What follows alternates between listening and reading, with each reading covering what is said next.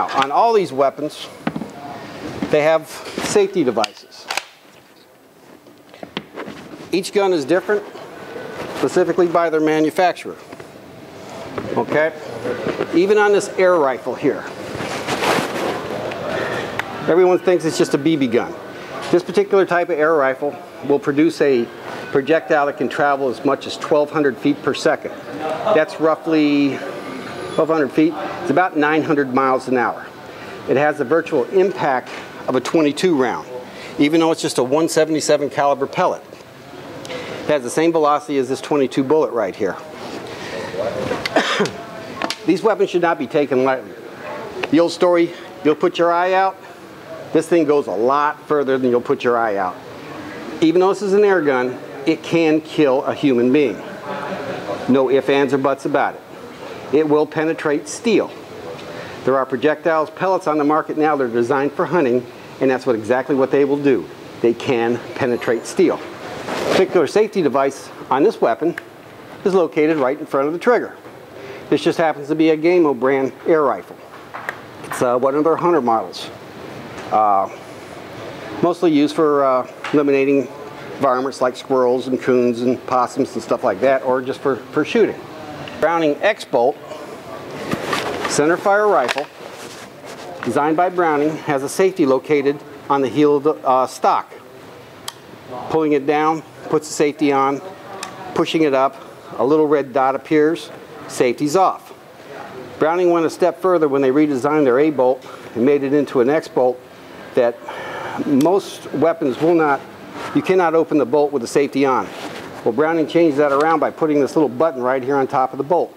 As you can see, by not pushing it, the bolt will not come open. But by pressing the button, even with the safety on, the bolt can come open.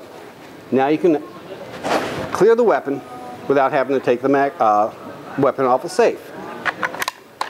This particular type of over and under shotgun, again, has a safety located on the heel of the shotgun.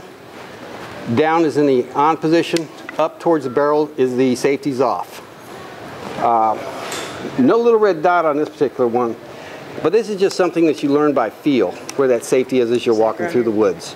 Again, the proper way to hold this weapon, or any of these other type of weapons, is generally you put your thumb on the safety or your finger on the safety, keeping your finger across the trigger housing, not inside. And as the game comes up or the target does become available, you take aim, pop the safety off, discharge the firearm. The last thing that we wanted to talk about was the fourth type of weapons, and that's the line of black powder guns. Black powder guns is a totally different story, simply because it does not come with any type of ammunition. You virtually manufacture that ammunition as you're going along. Simply, it's an old muzzle loader. Put your powder in, put your bullet in, take a ramrod, seat the bullet on the powder,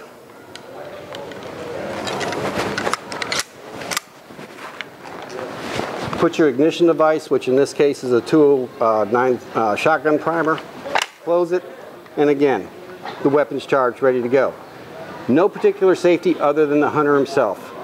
Cocking the weapon does just that, simply with your thumb, and then of course squeezing the trigger.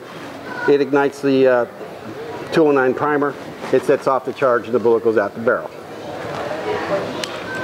These weapons are extremely safe as long as you take care of them properly, okay? So with that in mind, if there's any questions that you ever have about these particular weapons, please come down here to this gun shop or any other gun store anywhere located in the city. There's gentlemen all over the city that have been using firearms all their lives. Any one of us will be more than happy to sit down with you, explain it to you exactly how that weapon is loaded, unloaded, safe, no safe, whatever. If you don't know, ask somebody.